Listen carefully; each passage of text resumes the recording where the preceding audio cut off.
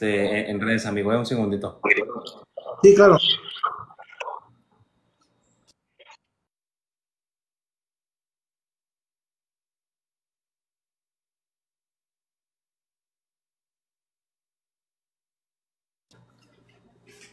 Estamos listos, estimado. Bueno. ¿sí me escuchan? Perfecto, entonces, si quieres, damos inicio. Sí. Bueno, pues muy buenas noches. El día de hoy estamos en una emisión más de Derecho Penal para Todos. El día de hoy me da mucho gusto estar de vuelta con esta serie de programas que iniciaremos a realizar con todos los juzgadores y juzgadoras más importantes del país.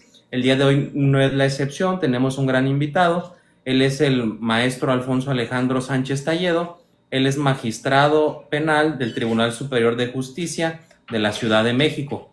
Él el día de hoy nos va a hablar sobre todo desde su vasta experiencia. Él ha sido ya secretario de Estudio y Cuenta en el Poder Judicial de la Federación, ha fungido también como secretario en funciones de magistrado de circuito, es decir, magistrado federal, tiene una amplia trayectoria en el Poder Judicial, tiene ya varios asuntos y varios precedentes que son de su autoría, es autor de varias obras sobre derecho penal, y pues el día de hoy nos honra con su presencia en este programa donde hablamos sobre el derecho penal y lo tratamos con los mejores especialistas a nivel nacional. Muy buenas noches, estimado amigo, ¿cómo estás?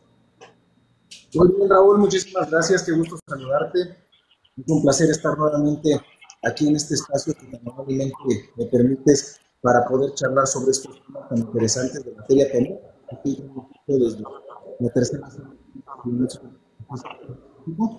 y ese despacho donde desde septiembre la gente de la sala y es a través de esta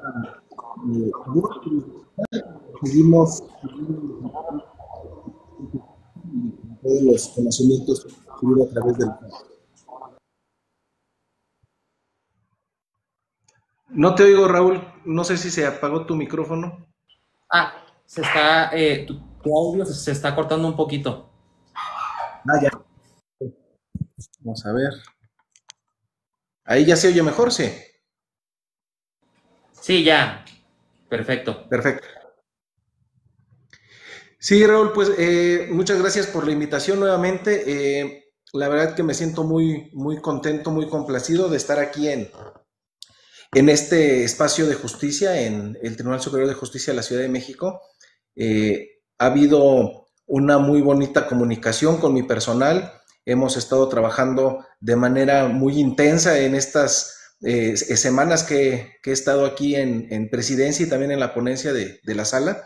Pero déjame decirte que me siento muy contento de tener este grandioso equipo de trabajo. En realidad yo no pensé que fuera a ser un acoplamiento tan rápido y tan terso, porque pues a veces hay algunos prejuicios respecto de que si el federal, que si el fuero local, pero déjame decirte que aquí mi personal, todo el compromiso, toda la buena disposición y sobre todo que tienen una sólida formación jurídica y realmente pues me ha sorprendido mucho los asuntos tan interesantes y tan relevantes que vemos y ellos tienen toda esta experticia y creo que eso ha logrado que hemos tenido este acercamiento y sobre todo porque estamos en el valor entendido de que estamos al servicio de la sociedad capitalina. Entonces, pues ha sido una situación bien interesante y sobre todo pues teniendo en cuenta que pues bueno, hay un poco de desinformación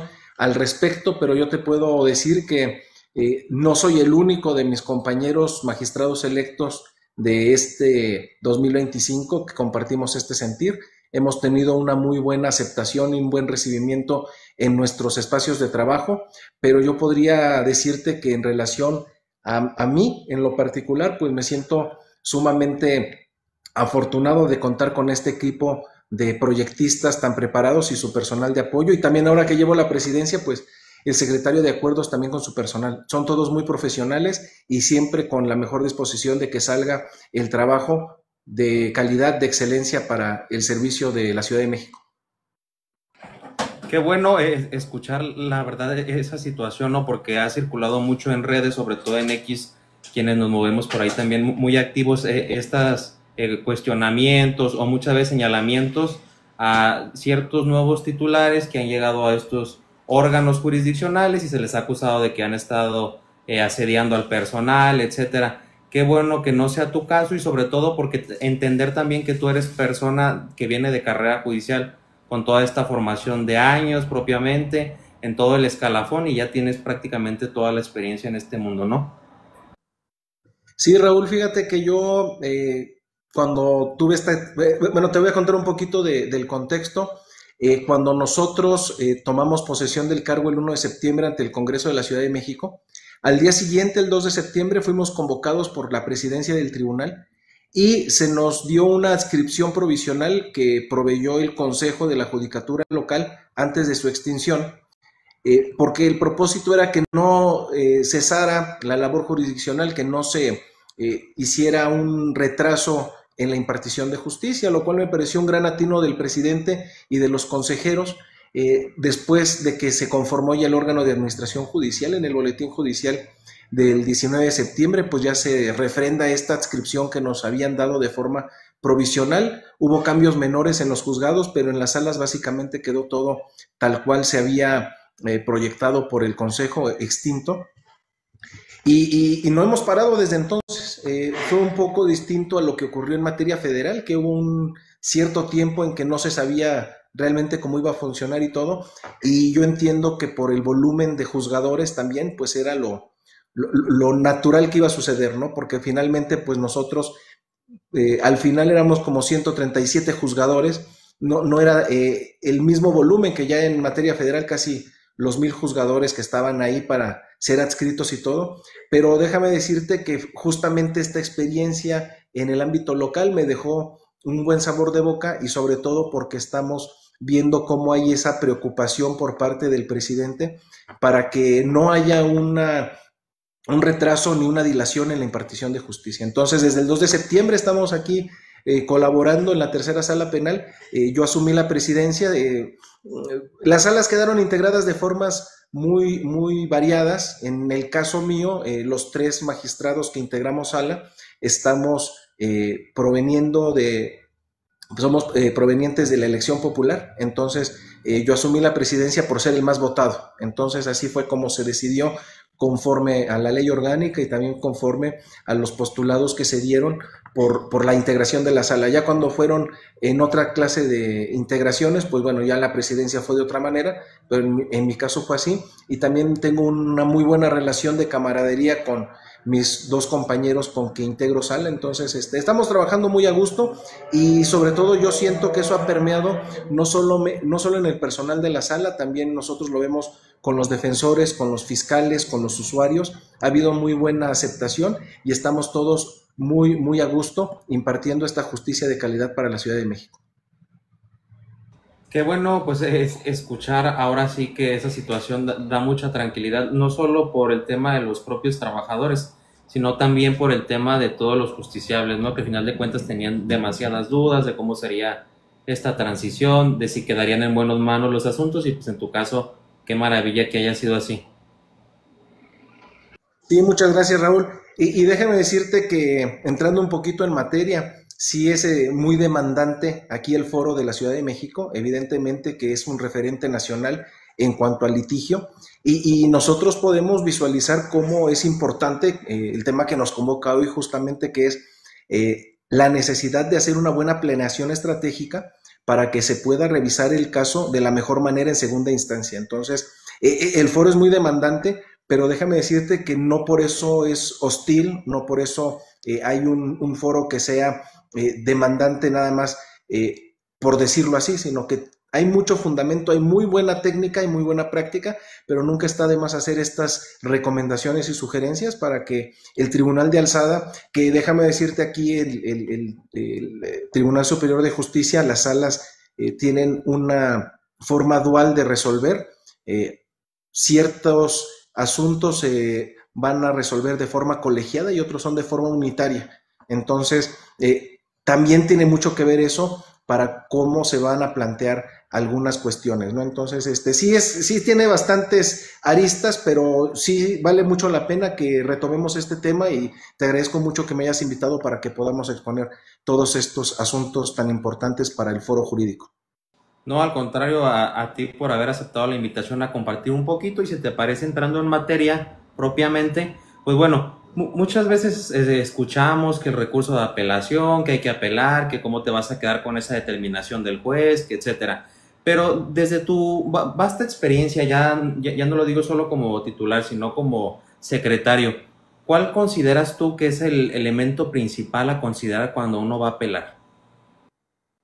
Yo creo que tenemos que tomar en consideración la naturaleza del recurso, porque el recurso, si bien es cierto, es un derecho humano, ya lo platicamos en alguna ocasión, sí, pero no necesariamente todo tiene que ser apelado. Nosotros sabemos que en ciertas condiciones dentro del proceso penal hay algunas determinaciones que son factibles de combatir en apelación, pero hay otras donde es optativo y puedes irte directamente al amparo, y eso es parte de la planeación estratégica que tiene que hacer el litigante para que tenga la mejor decisión de qué es lo que va a instrumentar para defenderse. Finalmente, nosotros sabemos que ya sea por apelación o ya sea por amparo, se necesita la corrección de una decisión del juzgador primigenio que nos resulta adversa o que nos parece que es ilegal o injusta. Pero los efectos son muy diferentes. Sabemos que en la apelación pues hay una reasunción de jurisdicción, y aunque nosotros vemos en el Código Nacional de que la apelación ya no tiene esos cortos alcances que tenía, por ejemplo,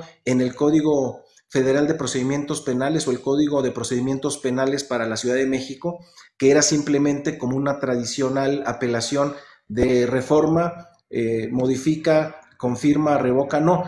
Ahora es también una especie de salvaguarda de la legalidad y de los derechos fundamentales. Entonces, sí tendríamos que dilucidar qué es lo que buscamos. Te voy a poner un ejemplo muy claro, y sobre todo esto se ve en las apelaciones que todavía tenemos en la sala, apelaciones del sistema tradicional. Sabemos que el auto de formal prisión podía ser apelado o podía ser directamente combatido en vía de amparo.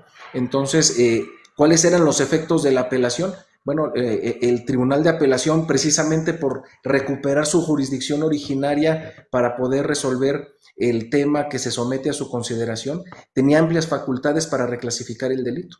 Entonces, muchas veces, por cuestión de técnica jurídica, se hacía una reclasificación que podía no resultar lo que esperaba el litigante. Entonces, en ese aspecto, pues sí, una planeación estratégica sería, en ese caso, irse directamente al amparo, porque el juez de amparo, por la naturaleza del juicio constitucional, no tiene esas facultades de reclasificación que sí tenía el Tribunal de Alzada. Y eso más o menos lo podemos ver en otros aspectos también, incluso del nuevo sistema, pero creo que esto lo ejemplifica de forma muy clara, ¿no? ¿Qué es lo que buscamos?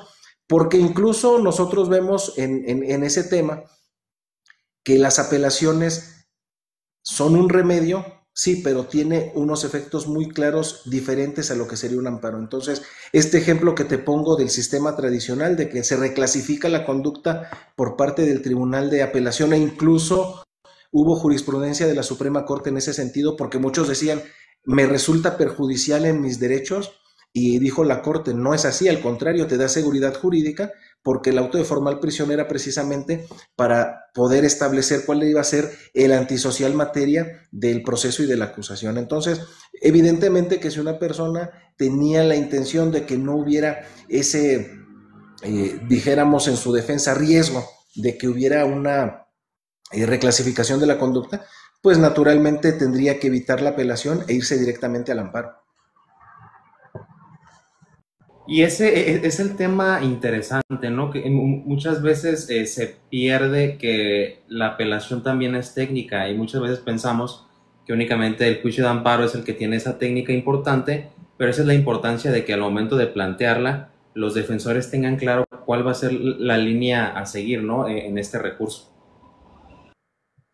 Sí, porque yo creo que hace algunos días tuve una charla con un litigante, y desgraciadamente, Raúl, déjame decirte que en nuestro sistema jurídico la apelación no es vista con buenos ojos por los litigantes. Desgraciadamente, pues cuando yo platicaba con este abogado, y que no es la primera vez que lo escucho y espero que sí sea de las últimas veces que lo escuche, pero muchas veces ellos ponían más su esperanza en el amparo y la apelación realmente la agotaban como un mero trámite, pero no tenían realmente una confianza en que el Tribunal de Apelación fuera a hacer un cambio sustancial en esas decisiones que consideraban ilegales o injustas.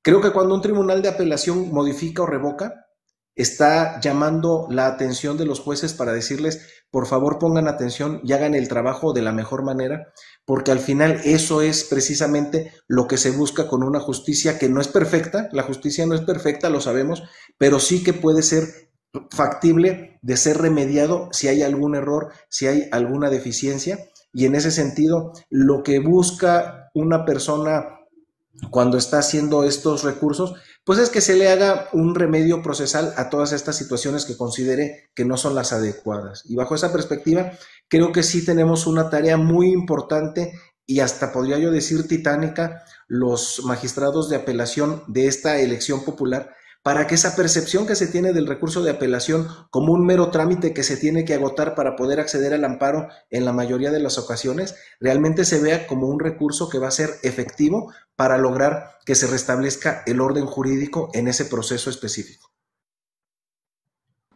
Y en este punto, como bien señalas, ¿cuál crees que sea la estrategia, o tú desde el tribunal, qué estrategia estás comenzando a implementar para que no solo el sector o el gremio de los abogados pues vuelvan a confiar en este recurso, sino también los justiciables, Alfonso? Pues creo que uno de los aspectos más valiosos de la apelación es precisamente en el Código Nacional, que se menciona como un medio de reparación de las violaciones graves al debido proceso. Entonces, cuando nosotros hacemos un escrutinio de los asuntos desde esa perspectiva, déjame decirte, por ejemplo, aquí mis proyectistas tienen ese gran atino de poder discernir y hacer esas propuestas, por ejemplo, para hacer el estudio a través de los protocolos que se han publicado por la Suprema Corte, porque déjame decirte, un gran número de los asuntos que me ha tocado analizar justamente en estos días, en estas semanas que he estado en la sala, ha sido con temas que inciden en violencia familiar, en discriminación, feminicidios. Entonces, ahí claro que es fundamental que se haga esa aplicación de los protocolos. Incluso en algún momento del debate, cuando estaba yo de candidato, pues se nos hizo una pregunta en ese sentido por el Instituto Electoral de la Ciudad de México.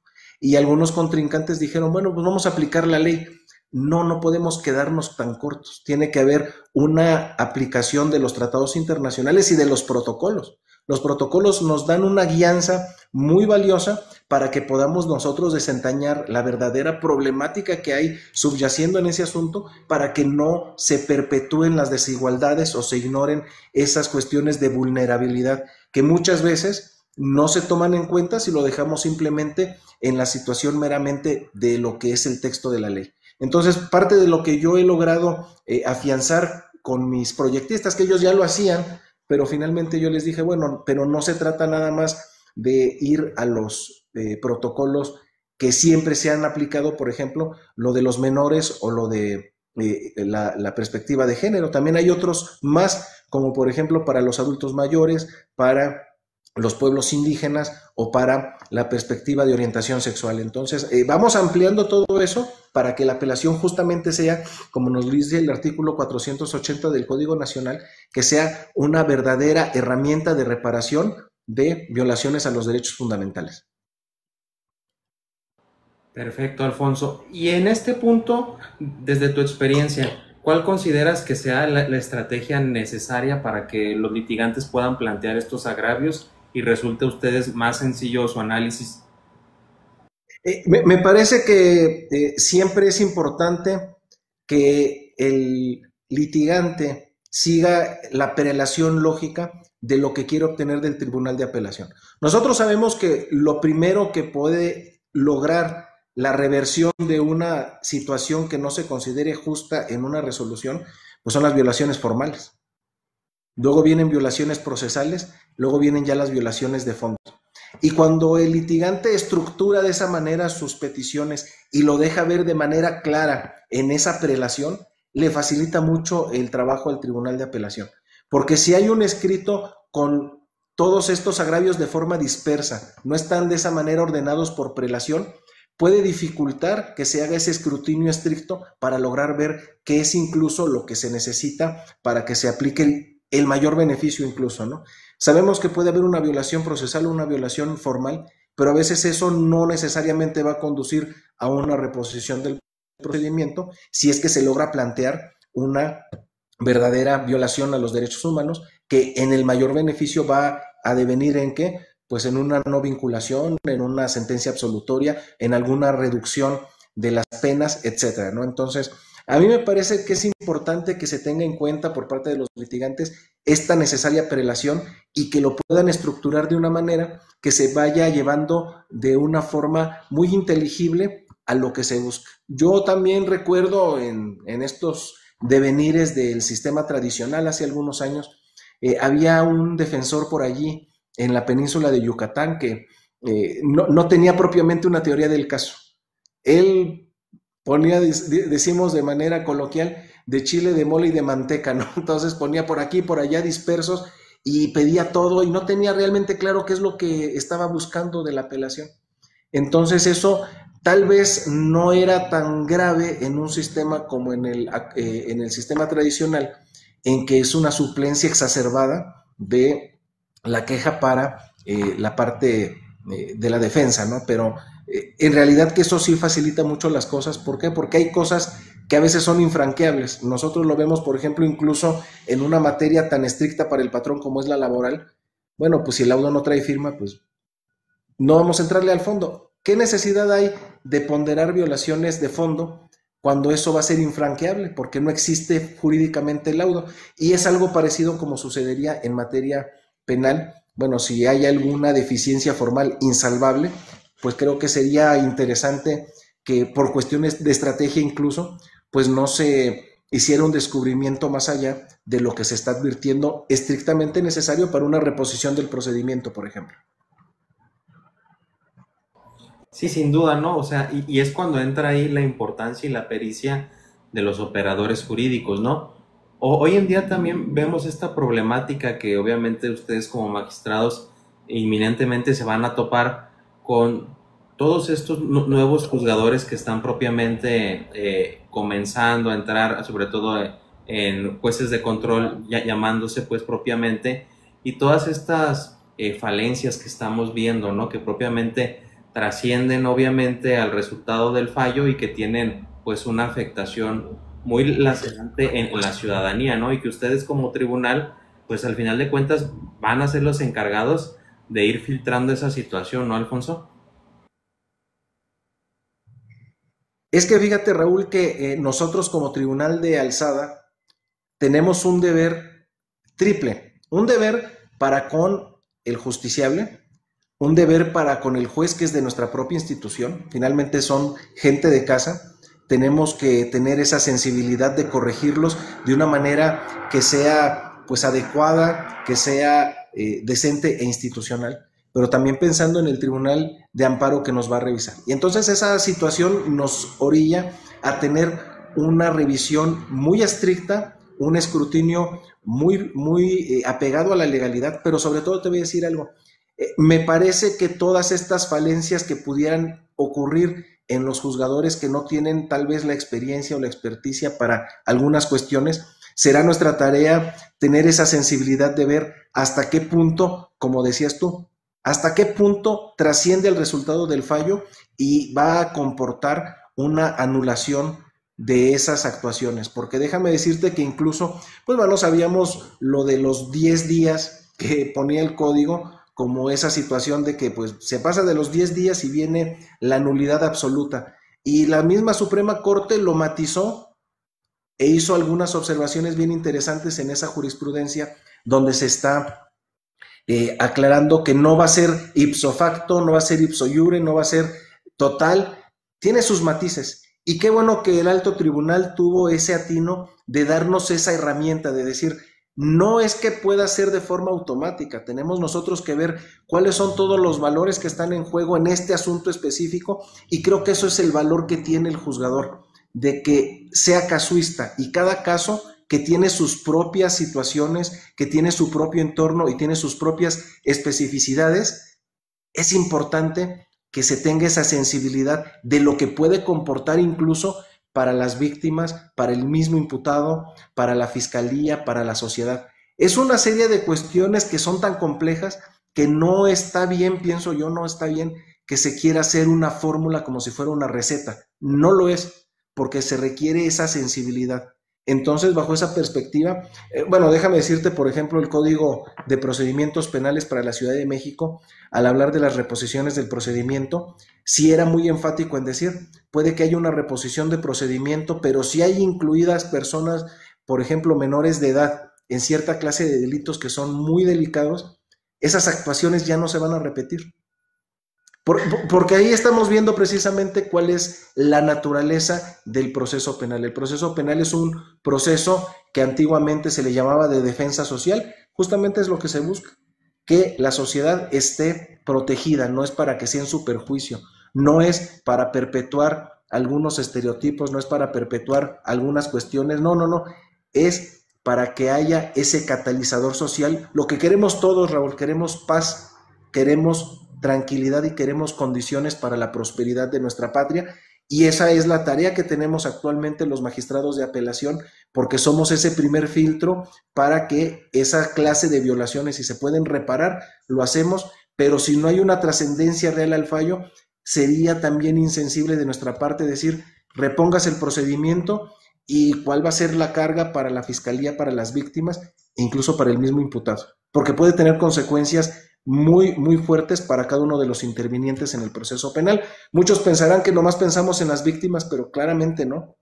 El mismo imputado, fíjate nada más, por ejemplo, el hecho de que un imputado piense que ya va a terminarse el juicio y que haya una reposición, pues bueno, puede estar ya tan desgastado y eso anímicamente le va a impactar. Entonces, creo que es importante que se vea también eso por parte de los mismos litigantes.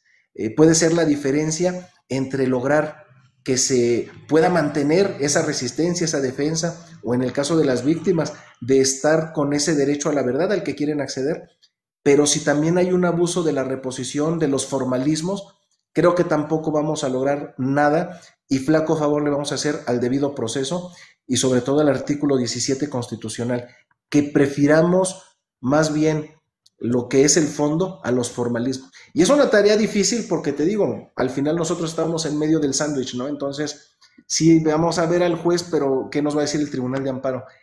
Y generar esa sensibilidad también creo que va a comportar una comunicación entre nosotros como Tribunal Superior de Justicia con las autoridades federales para que se pueda visualizar que al final nosotros lo que buscamos es que haya esa paz social y que se le den buenos resultados a los justiciables.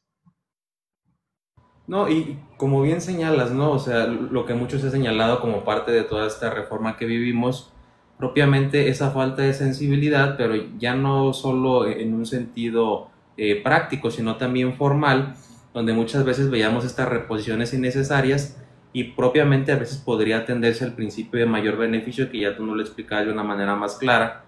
O sea, en este caso sería una violación que a lo mejor le va a generar o una afectación mayor a la persona en caso de que nosotros privilegiemos la violación formal, pues esas son las problemáticas que se van presentando en los diversos asuntos y casos, ¿no? Ya lo veíamos nosotros también en Amparo, estas problemáticas que se presentaban, donde tú ya también lo exponías de una manera muy clara con tus proyectos, pues siempre privilegiar este sentido del fondo, ¿no?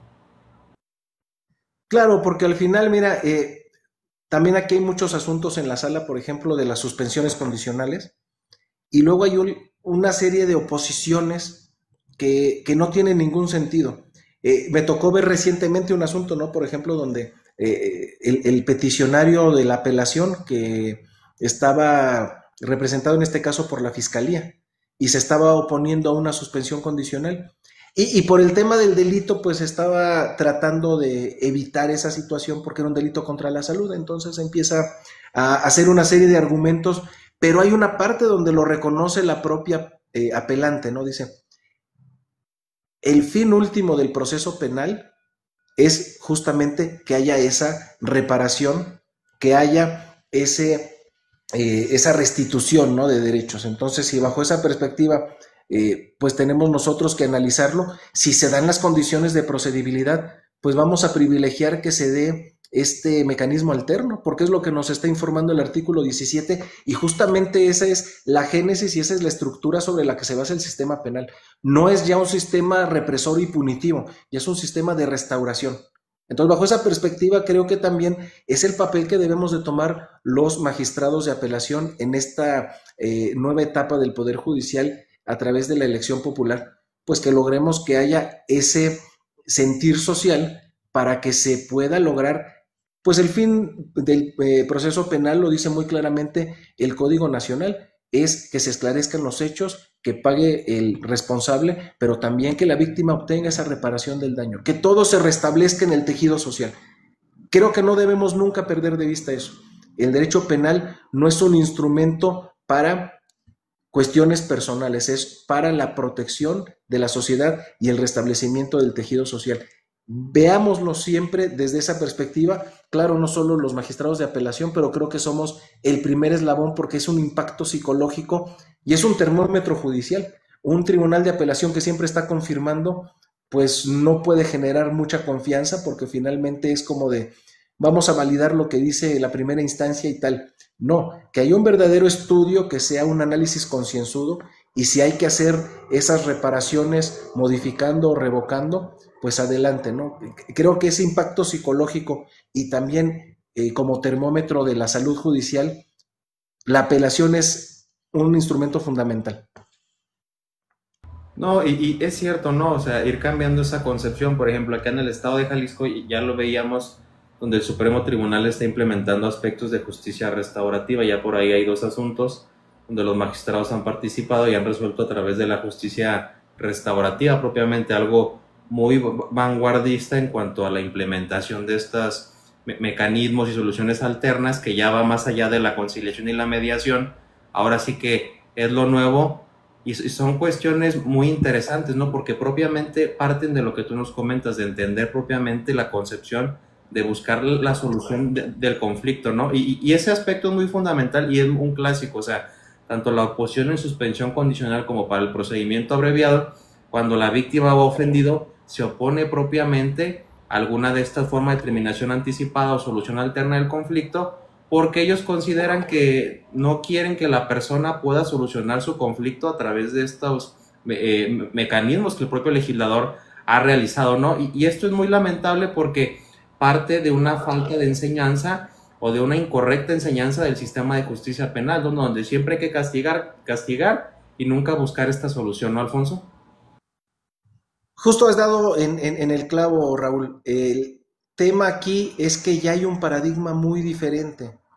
En algún otro asunto que vi de oposición a la suspensión condicional, se dice por parte de la representación social, fíjate lo que dice, es que el imputado representa un peligro para la sociedad. Entonces habla de una peligrosidad cuando nosotros ya transitamos del derecho penal del autor al derecho penal del acto. Y decía de forma muy simple al contestar los agravios la defensa, oiga, pero pues al final estamos con la procedibilidad intacta del 192. Ahí nos dice cuáles son los requisitos de procedibilidad y se cumplen. ¿Por qué? Por la penalidad y por esto y por lo otro. Hizo una explicación muy bonita, muy clara, muy concisa el defensor. No fueron más de 2 hojitas para contestar los agravios, pero finalmente está diciendo eso. Ya transitamos a otro tema. Entonces, el ver el derecho penal como represivo, como punitivo, como castigar. Por eso se decía antes, ¿no? El derecho penitenciario, ¿no? La penitencia, el castigo. No. Ya estamos en un paradigma distinto y me parece que eso es parte de lo que nosotros tenemos que abonar en esta nueva cultura de legalidad, porque la justicia restaurativa precisamente es para eso, para que se restaure el tejido social que quedó dañado con la conducta dañosa. Entonces, bajo esta perspectiva vamos a hacer que nosotros hagamos que esto cambie en la percepción incluso de los usuarios del sistema de justicia. Que no haya, porque te digo, yo lo he visto en varias ocasiones a lo largo de mis años como proyectista en materia penal, pues utilizaba para el servicio de rencillas personales, familiares, etcétera. Y el derecho penal no es para eso. Se nos ha enseñado mal que es para eso, pero no lo es para eso. Entonces, estos mecanismos alternativos que están a nivel constitucional, nosotros también aquí en el Tribunal Superior de Justicia tenemos un centro de justicia alternativa, que se explote lo máximo, porque lo que nosotros necesitamos es esa restauración de la paz social. Y eso es un catalizador valiosísimo y tenemos que irlo implementando. Entonces creo que es cambiar este chip, cambiar esta percepción y que entendamos que ya estamos en un nuevo paradigma. Sí, exactamente, ¿no? Ir construyendo a través de estas resoluciones que mucho se ha dicho, que más entendibles, pero también creo yo que es una oportunidad para concientizar a la ciudadanía y sobre todo llevar a este punto el diálogo, ¿no? De evidenciar que verdaderamente las resoluciones se hacen efectivas cuando se logran estos fines pretendidos, ¿no? De efectivamente de resarcir los daños ocasionados a las víctimas ofendidos, que muchas veces es lo que se piensa al último. Primero buscamos la sanción punitiva, hasta procesalmente hablando, ¿no? Primero la condena y después se puede prolongar la audiencia de individualización de penas y reparación del daño para una etapa posterior. Creo yo que es el punto principal y la oportunidad para ir cambiando el debate.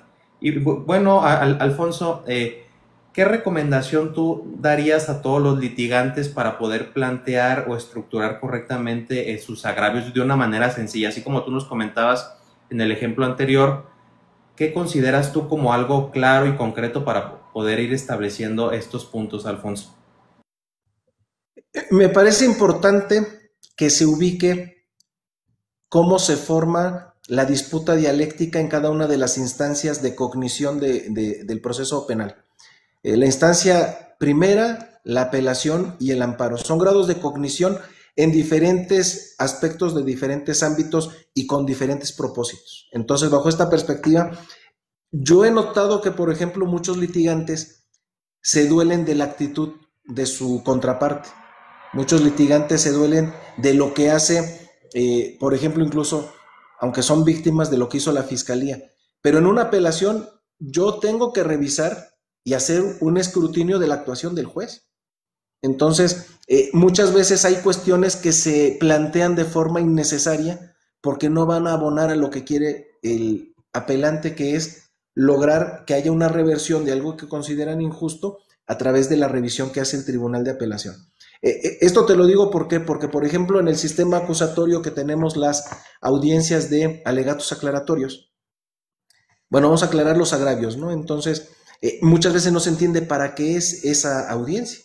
La audiencia es precisamente para aclarar puntos de los agravios que se perdieron por escrito.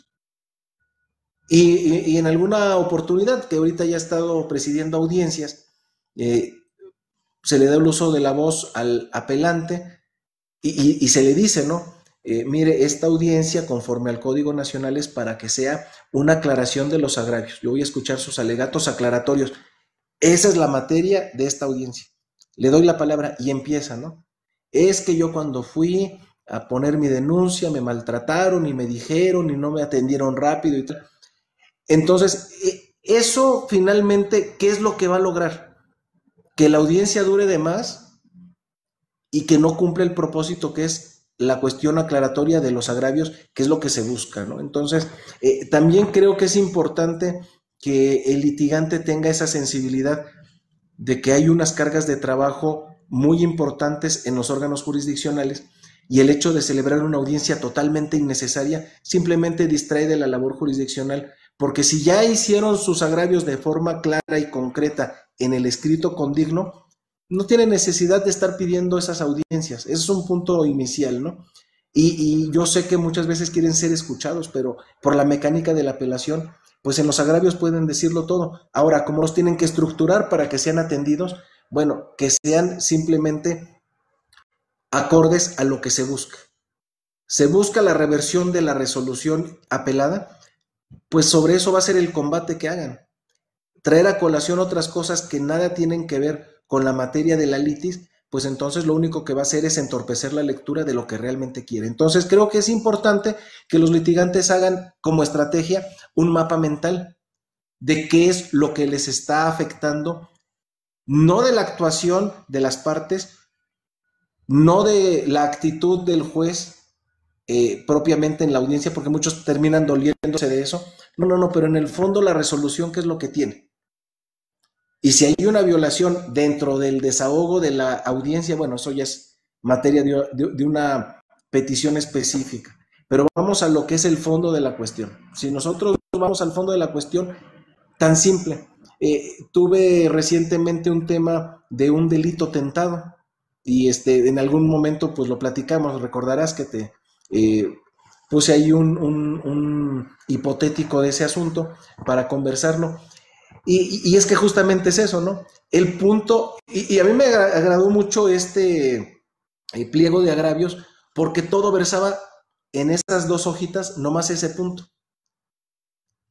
Sostengo que hubo un arrepentimiento eficaz y que la tentativa fue inacabada por esto. Te lo explica, pone tesis y tan. 2 hojitas. Y en torno de eso debía girar todo nada más. ¿Por qué? Porque si se lograba quitar ese delito tentado, la pena iba a ser compurgada. Justamente eso era lo que se necesitaba saber. Me agradó mucho esta percepción del litigante, porque justamente es lo que necesitamos.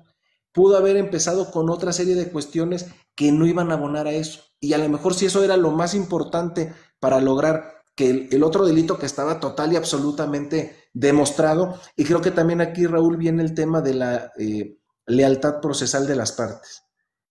No me parece adecuado que teniendo ya claridad meridiana en ciertos aspectos que no van a ser revertidos, pues a veces se quiera sofisticar y tergiversar como para que pudiera haber alguna confusión y a ver si con eso logramos marear aquí al magistrado de apelación, ¿no? A ver si me hace ahí una reducción.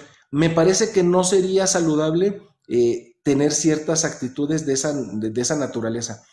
No estoy diciendo que no se defiendan, claro que sí, defiéndanse y eso es su prerrogativa, pero con lealtad, háganlo con elementos, háganlo con argumentos y sobre todo, pues no vamos a poder resolver contra constancias. No podemos tomar en cuenta cosas que no vienen en las pruebas integradas regularmente al debate. Entonces, bajo esa percepción, yo sí diría que es importante que los litigantes siempre guarden esa lealtad, porque no es correcto que se sofistiquen las cosas, que se desvirtúen o que se pretendan manipular, porque al final, pues, lo que es, y las pruebas están, y pues no podemos tapar el sol con un dedo, ¿no? Entonces, creo que esa sería mi recomendación, ¿no? Hagan un mapa mental, vean exactamente qué es lo que se va a combatir, qué es lo que necesitan que se revierta. Mira, hay un tema aquí muy importante, Raúl, y digo, no sé si tú lo compartas conmigo, pero yo así lo veo, ¿no? Una gran ventaja que tenía el sistema tradicional al hablar de las sentencias definitivas es que si había una reposición del procedimiento, operaba de pleno derecho el principio de non reformatio impeius. Entonces, bueno, pues ya tuviste una condena de 5 años, no te la pueden subir ya bajo ningún concepto. En el sistema nuevo no es así. Entonces, ¿hasta qué punto va a ser saludable buscar una reposición si hay a lo mejor algún riesgo para tu representado de que ya esa sentencia pueda ser elevada? Porque va a ser una reposición y va a ser todo ex novo.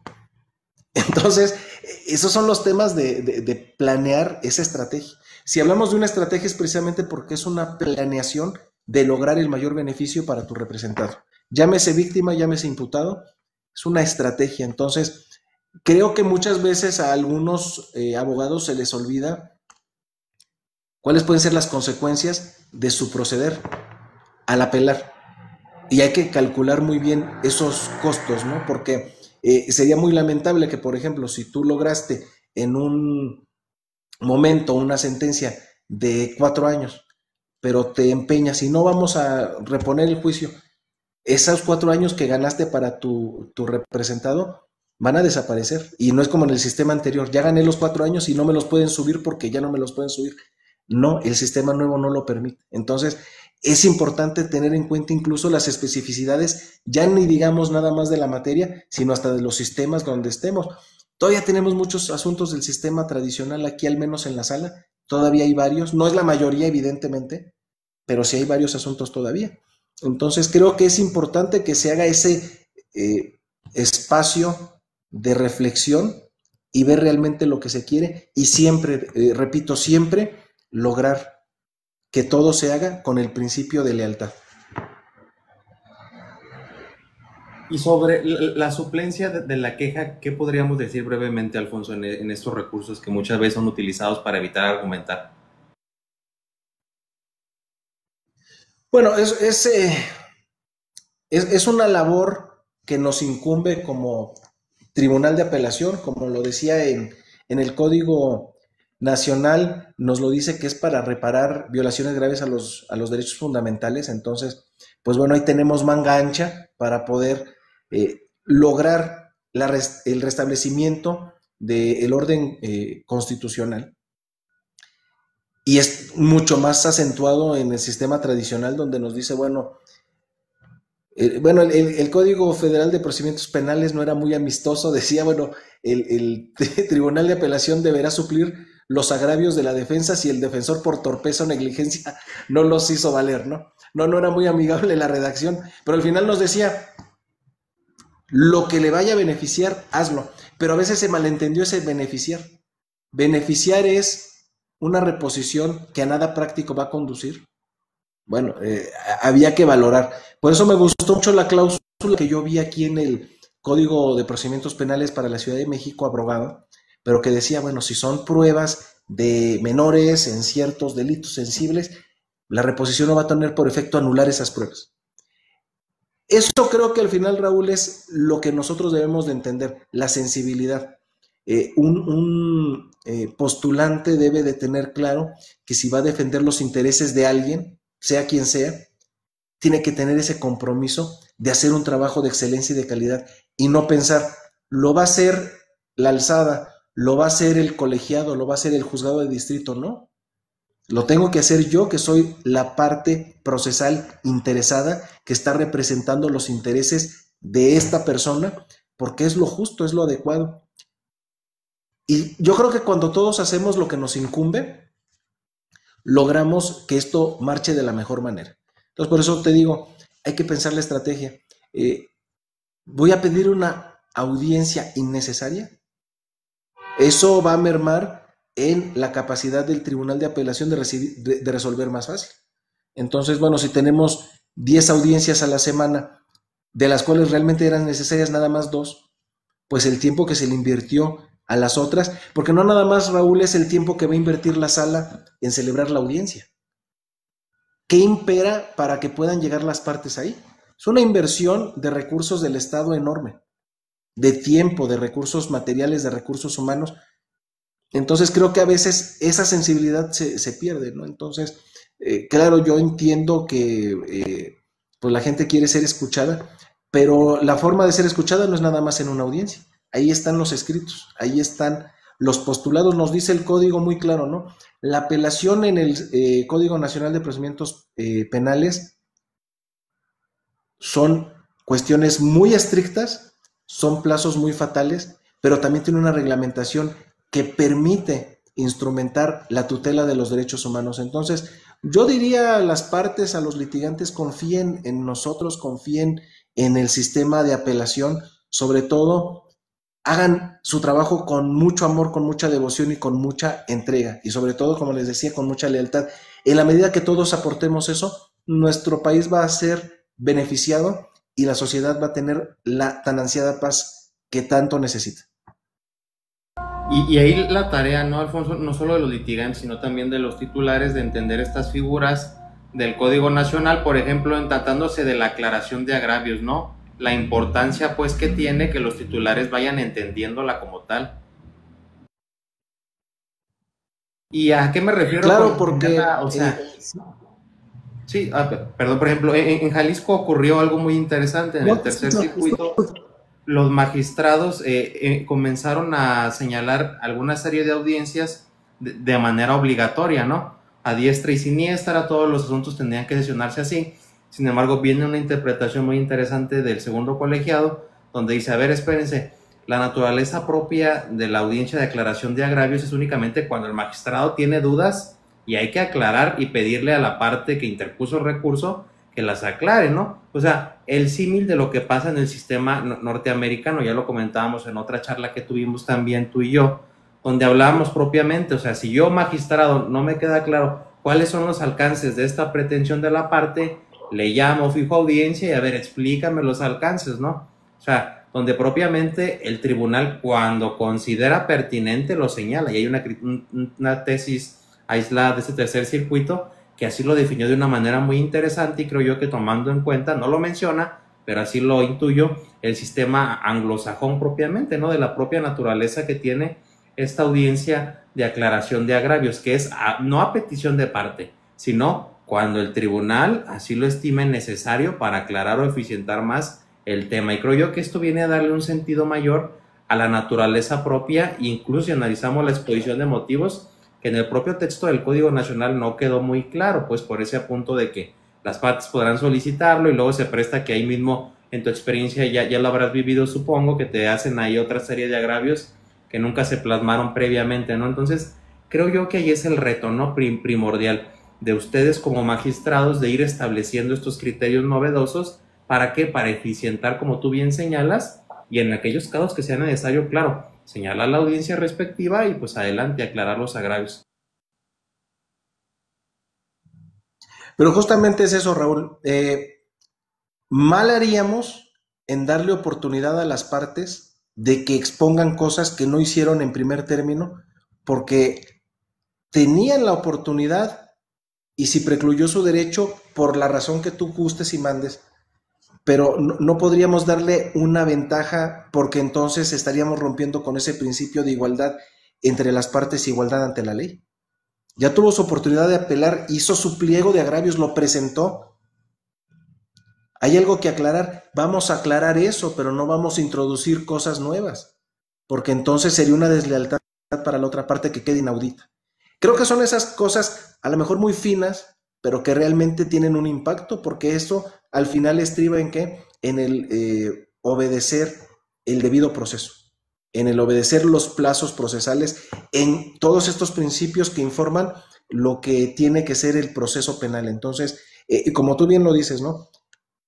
No podemos darle alcances diferentes a lo que realmente tiene, por ejemplo, esta audiencia de aclaración de agravios. Entonces, son esos puntos que muchas veces no se van a poder tal vez corregir, tal vez no se va a poder permear a la primera ni a la segunda, pero si lo hacemos de forma sostenida y sobre todo haciendo entender que hay una razón de por medio, que subyace algo ahí, y en este caso por eso yo te decía, las audiencias es importante celebrarlas, como bien dices tú, pues cuando son necesarias, pero si nada más se hacen por hacerlas y por decir que las partes tienen un derecho a ser escuchadas cuando ya se manifestaron y ya tuvieron la aptitud de poder manifestar sus inconformidades por escrito, pues entonces no tiene razón de ser y solamente merma la capacidad de recursos materiales, de recursos humanos y de tiempo de resolución para los juzgadores y que incluso también influye, te digo, tiene la tramitación de la apelación un impacto psicológico. Tiene un impacto psicológico, entonces también eso es importante tenerlo en cuenta. ¿Por qué? Porque no podemos soslayar que hay una serie de puntos ahí, de aristas y de cosas que rodean para que se pueda lograr que al final es la ejecutoria de apelación donde se cristaliza todo el esfuerzo que hagan las partes para llegar a una decisión terminal. Nuestras decisiones son terminales en la vía ordinaria, hay un medio extraordinario de defensa, pero pues al final son decisiones terminales en la vía ordinaria y son las decisiones finales en la vía ordinaria. Entonces, pues si el Tribunal de Amparo no nos la anula, pues es que esa fue la decisión y ahí se va a quedar, ¿no? Entonces, hay que cavilar en eso, ¿no? Entonces, sí es importante la apelación, es un derecho humano, pero también es una herramienta que debe de ser usada con muy buenos oficios, tiene que ser utilizada de manera responsable y sobre todo, como te decía, viendo siempre por el bienestar de las personas que serán las que resientan el beneficio o el perjuicio de una mala práctica por parte de sus representantes y patrocinadores. Como te decía, el non reformatio impeius, que ya no está como tal en el sistema nuevo, pues podría ser perjudicial. Entonces hay que hacer ese cálculo de costos para que también se despresurice el sistema judicial. Por eso también el privilegiar cuando se da la procedibilidad de los medios alternativos de solución de esta clase de contiendas.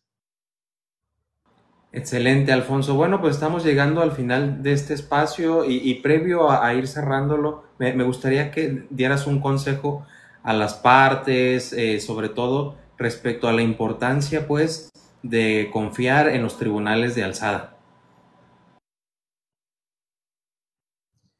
Sí, Raúl, yo creo que siempre es importante que hagas uso de una herramienta que va a poner en evidencia un actuar ilegal. No podemos ser cómplices de la ilegalidad, no podemos aguantar estoicamente una ilegalidad, pero justamente por ser un remedio procesal para situaciones irregulares, creo que también debemos de ser muy prudentes para que no se caiga en un uso abusivo, porque también eso desnaturaliza. Queremos confianza en los tribunales de apelación, pero tenemos que hacer un uso adecuado de esa herramienta. Cuando ya se vuelve una situación descontrolada o se vuelve un mecanismo simplemente para retardar, o incluso se vuelve una práctica viciosa simplemente porque se necesitan números, creo que ahí ya estamos desnaturalizando la apelación.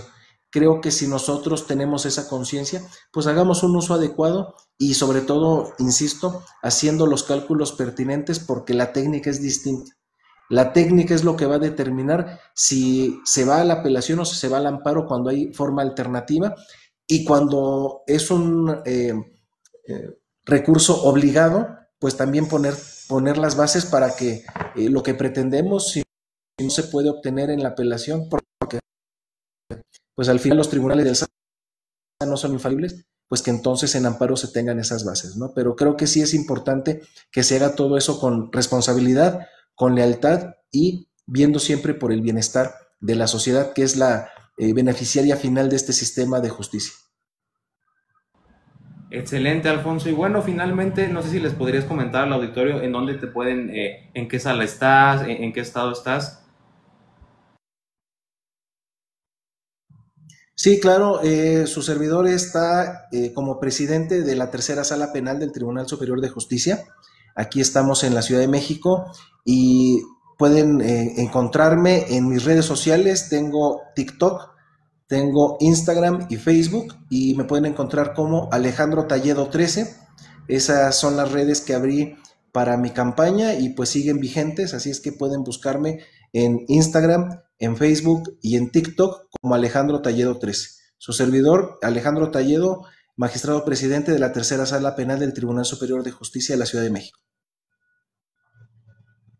Excelente, Alejandro. Pues bueno, agradecerte como siempre tu gran disposición después de tu ardua jornada laboral ahí en el Tribunal Superior de Justicia, y entendemos pues que con asuntos tan complicados, tan interesantes también a la vez, ¿no? Pero sobre todo con esa buena disposición y con ese gran interés que tienes por la academia y sobre todo por siempre compartir con las juventudes y sobre todo con toda la red internauta de tu gran labor que realizas en pro de la judicatura, no solo en la Ciudad de México, sino de todo el país. Agradecerte, Alejandro, por tu tiempo y por compartir en este espacio. Al contrario, Raúl, yo soy el agradecido contigo y con todos los que nos están viendo a través de este canal. Muchísimas gracias también por su tiempo, por su atención, y pues espero que sigamos teniendo estos intercambios tan interesantes en próximas fechas. Hay algunos temas que van a surgir con todos estos asuntos tan interesantes que me está tocando resolver aquí en la sala, y pues esperemos que sea en el futuro cercano que tengamos nuevamente el acercamiento. Reiterándote mi agradecimiento y que tengan muy buena noche todos los que nos escuchan en este canal. Al contrario, Alejandro, agradecerte a ti, recordarte que esto es tu espacio y pues ya estaremos aquí charlando de nueva cuenta. A todos los que nos escucharon, nos van a escuchar a través de YouTube, también recordarles que va a estar a su disposición el video este fin de semana para que puedan accesar a él. Agradecerles a todos por habernos acompañado en esta noche, invitarlos a la próxima emisión el próximo jueves. Tenemos un gran invitado también, ya les estaremos anunciando por medio de las redes.